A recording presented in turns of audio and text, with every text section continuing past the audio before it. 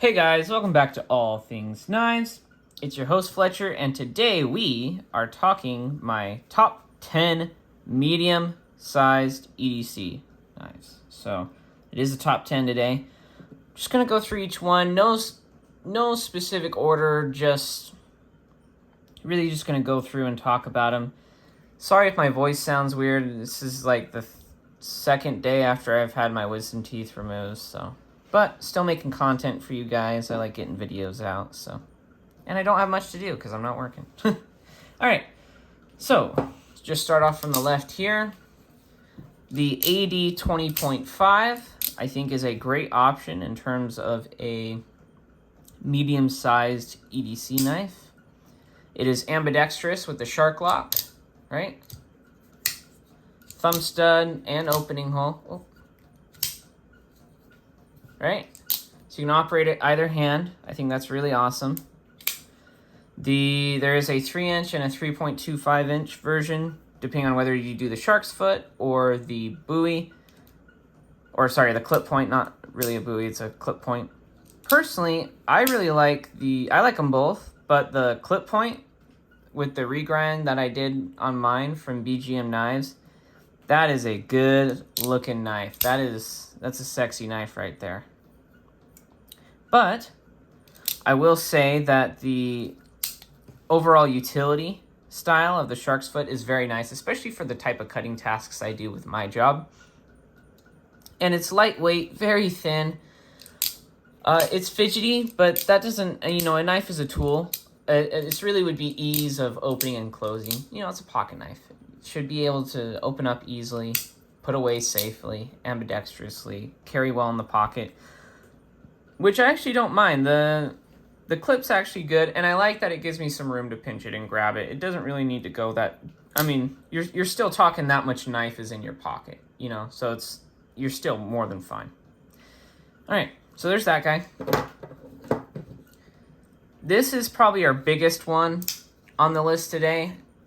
I was comparing this and the PM2 and went with this guy because it's smaller than the PM. Overall size is smaller than the PM2. This is like a large or a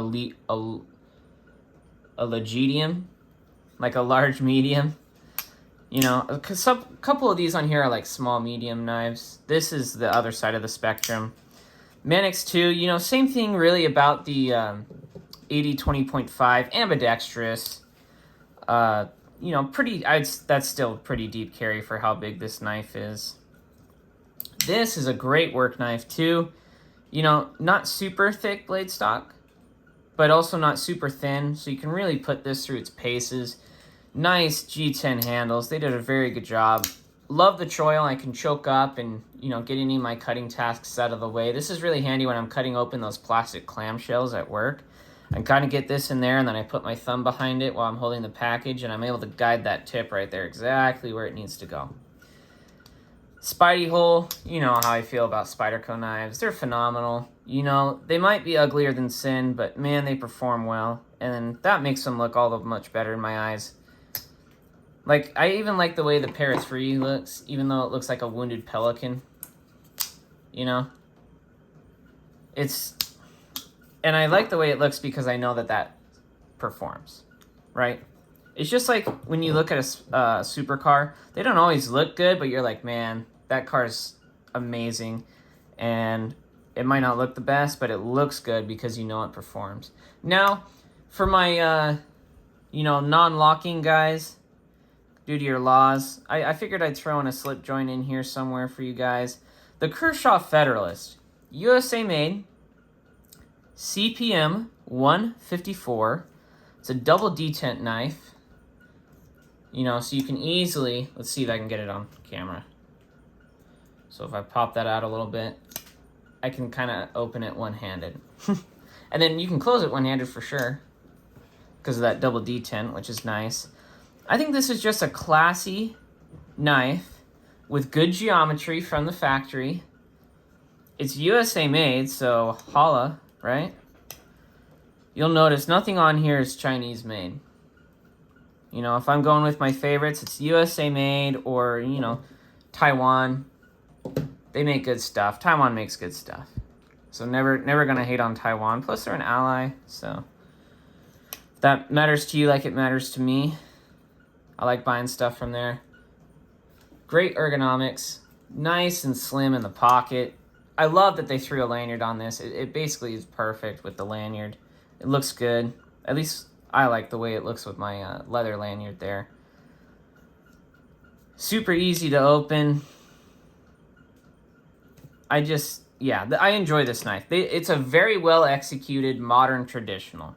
And for my guys who can't have locking blades, this is my recommendation to you. You could throw in some case knives in here too, but the CPM 154, the micarta, just performs that much better. And the fit and finish really is better from Kershaw too.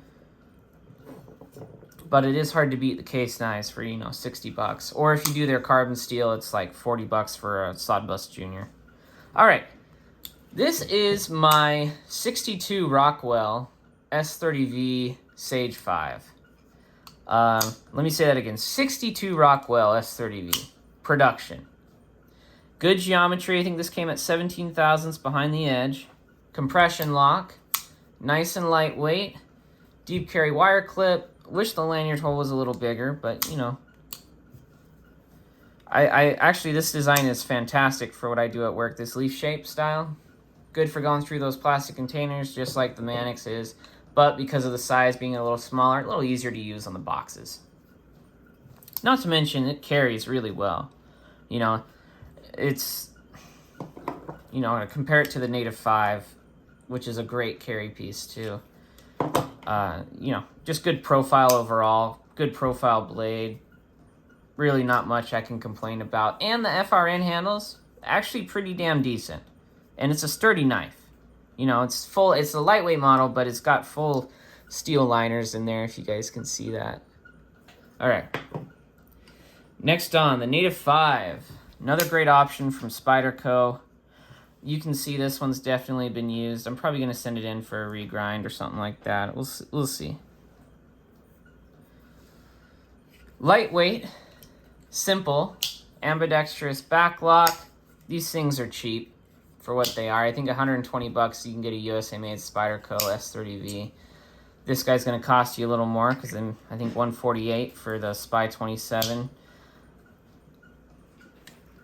The clip. I actually like that the lanyard hole goes through the clip.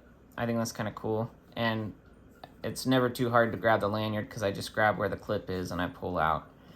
It will take 550 cord, which is awesome. The Native, in case you're wondering, definitely ambidextrous. I mean, that was my left hand you guys are seeing me use. So, easy to manipulate. And this is just a good, simple knife.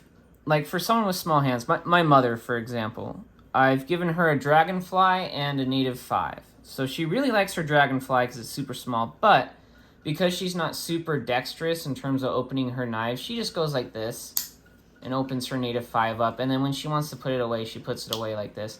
So this is a good option just as a work knife, right? Because it's got good geometry, not super thin, but not super thick. I'd say it's a good compromise between the two. I think they come at like 20 thousandths behind the edge. And then depending on how you sharpen them, they'll quickly thicken up. But USA made. It's a good size for people with small hands who are kind of more timid about, and it's a backlock, so it's nothing too fancy. Some people, I work at a knife counter at work, they see something like this where, I can be real fast with it and open it up any which way I want, and they're like, oh, okay, that kind of intimidates them at first. So you can give them something like this where it's a backlock. It's like a older style of knife. Their grandpa probably had a backlocking knife or like a slip joint, and so something that they operate two-handed is more comfortable for them. So that's why this guy's on the list. Not to mention, nice and compact, and you get a good amount of cutting edge. Like the blade to handle ratio on the Native 5 is great, and it just look at how compact that guy is. Like, it's basically just a shorter version of the Bugout. It puts away nicely. Okay. And I don't mind the FRN. The FRN's perfect for a knife like that. Just keep it nice and lightweight.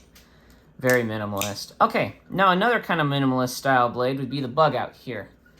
This is definitely a solid medium-sized knife with a 3.25-inch blade, S30V, USA made in Portland, Oregon by Benchmade.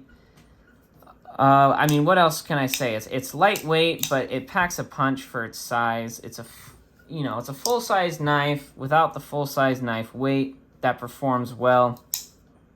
Same thing I'd say about the Native.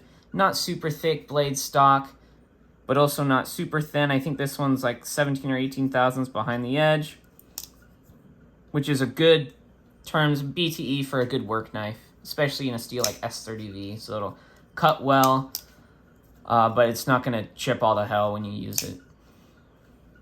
So, I mean, what else can I say? I think these guys run 148 right now. They used to be a lot cheaper than that, but I love this for when I'm wearing my gym shorts, or the other day I was wearing like track pants while I was getting my wisdom teeth removed, and I just had this guy in my pocket. I mean, and not to mention the Bugout, just because it's such a neutral design, looks good, you know? And there's a ton of different configurations. You can make them in the custom shop. I mean, this knife comes in just about every flavor. There's exclusives. Basically, any way you want this knife, you can get it. And there's a ton of aftermarket parts. Not to mention, it just fits away. Not just top 10 medium-sized knives is the list this would be in. This would be like in my top 3 or my top 5, the Bugout. So you gotta love it. You know, some people hate it, but I love it. And then probably my #1 knife of all time, not just medium-sized knife, Para 3. Gotta love the Para 3. It just works. It feels great in the hand. It's the perfect size. USA made.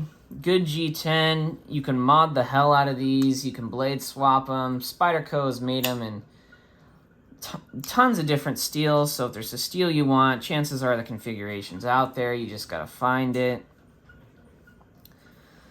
I mean, crew wear is probably my favorite steel, and I have a ton of the Para 3s in crew wear. I mean, what else could you say about the Para 3? It's a good work knife, you know, thicker blade stock, full distal taper out towards the tip. And man, is this thing just meant to go to work and perform and cut. It is a great work knife in that fact. It takes a beating. This is like my beater. This is my ultra beater Para 3. And this guy just takes a beating and comes back every single time. Lanyard hole. The only thing that's really a gripe on this knife is the placement of the clip and the type of clip they use. You definitely should pick up an aftermarket clip for your Para 3 or run it with a lanyard because it's great with a lanyard. All right. Now, I did have to throw a fixed blade in there. Shout out to John at BGM Knives. This is his Javelin. This is a great medium fixed blade. You could do his Spade or his Junko as well. This is just the one that in terms of this category, what I think would fit in well, because it's about the Bugout, I guess, is a little longer. Maybe the Native 5. Yeah, the Native 5 is what it compares to in size, if you look at that. So, it's a good, you know, medium knife. We're throwing it on the medium top 10 instead of that mini top 10 that you guys are seeing earlier this week. But he does a great job with the G10. He sculpts it, so you actually get quite a lot of grip because you're increasing your surface area. His Kydex work is amazing. Ulti-clip is perfect on a knife like this. Lanyard hole is just the right size. I think you can fit some 550 through there as well. His hollow grinds are quite good. Nice thin blade geometry. You can even go thicker, though, if you need a harder use knife. But, man, this thing just cuts. M4 blade steel. He did a phenomenal job with the heat treatment on this. And it scored very high marks on my edge retention test. So, kudos to John and the work that he puts out. He makes a great product. So, he deserves to be shouted out. Any one of his, like his Junko, Javelin, Ronin, or even his mini stuff, like his 6.5s, are a good option as well. All right. Osborne. I mean, this guy's just a legend in the knife community. You know, I personally, I like the Bugout more than the Osborne, but I like there's just something about this knife. I love the way it feels in hand. It looks good. You know, and I know it'll perform. If I need to do something that I don't normally do with any of my other knives, this Osborne's going to go through the paces. My only complaint about the Osborne is going to be this. It is thick behind the edge. But, you know, when you want a knife that you can just beat the tar out of, sometimes that's something you need to do. Personally, I think they could run the geometry a little thinner just because of how thick it is on the back and still get pretty good results. Another thing being is, why isn't this guy on the custom shop? It should have been on the custom shop forever ago. They've been making this knife for 21 years. The knife design is, I think, slightly older than I am. The knife is, I think, only just a couple months older than me. You know, I was born in November '01, and I think that's when this guy came out, was, you know, like SHOT Show, Blade Show time. And the Bugout is on their custom shop, even though I do sell at work. Just to give you some insider, I will get like 15, 20 of the Bugouts in, and they last me 2 weeks. Now, that's with me selling other Benchmade models, but I only get 3 or 4 of these Osbornes in, and they're gone within the first week. So just by metrics, if I get more Osbornes in, I could sell more of them. Because they are still a very popular knife. People pick them up and they're like, oh, I like that. Because it's lightweight, but due to the aluminum frame, it feels good in their hands. Feels good in my hands, and there's something about the action on an Osborne. And the way it carries in the pocket, I don't think it needs a deep carry clip, really, the Osborne. I think it's actually good with the original Benchmade style clip. Yeah, and, oh man, just the action on these guys. They break in really nicely. It's a dependable EDC. S30V, you know, nothing spectacular, but I actually really like S30V. I'd take it over 20CV any day of the week because most 20CV is too soft and underperforms. I know what I'm getting with S30V. Okay. The Mini Adamas. Now, yes, it is a mini knife, right? In the name says mini, but it's the same size as the Bugout. I mean, maybe a little larger. You see? So, definitely a medium-sized knife. If you want a mini Adamas, but you're just using yours for EDC, get yours reground. Just go get it reground. Crewwear can more than take the thin geometries. In fact, I think Crewwear loves thin geometries, especially at the higher Rockwells. You know, I think this guy tested at 63.8, 63.6. So high 63. That's a good spot for Crewwear. I mean, even harder is better, but you're still getting a good blend of toughness, right? And edge retention. They did do a phenomenal job with the heat treat on the Crewwear. I mean, and John does a good job with his hollow grinds. Like, this is a good slicey knife, but it's still beefy. You know what I mean? Like, I would still have no problem taking this to work and beating on it, just because with a steel like Crewwear, you don't need 27 thousandths behind the edge unless you're prying. And knives aren't... This might upset some people. If you look up the definition of a knife, it's a cutting tool, not a prying tool. There's a reason they make pocket pry bars, and there's a reason Benchmade doesn't cover prying with their knives. They make a cutting tool, and that's what it's made for. So, I think it should be a little thinner. But this is one of the first, actually, I think this was the first, you know, like normal production knife from like a mid to high-end company, like Benchmade. I'd probably call them high mid is what I'd probably classify Spyderco and Benchmade as. That was using Crewwear full production.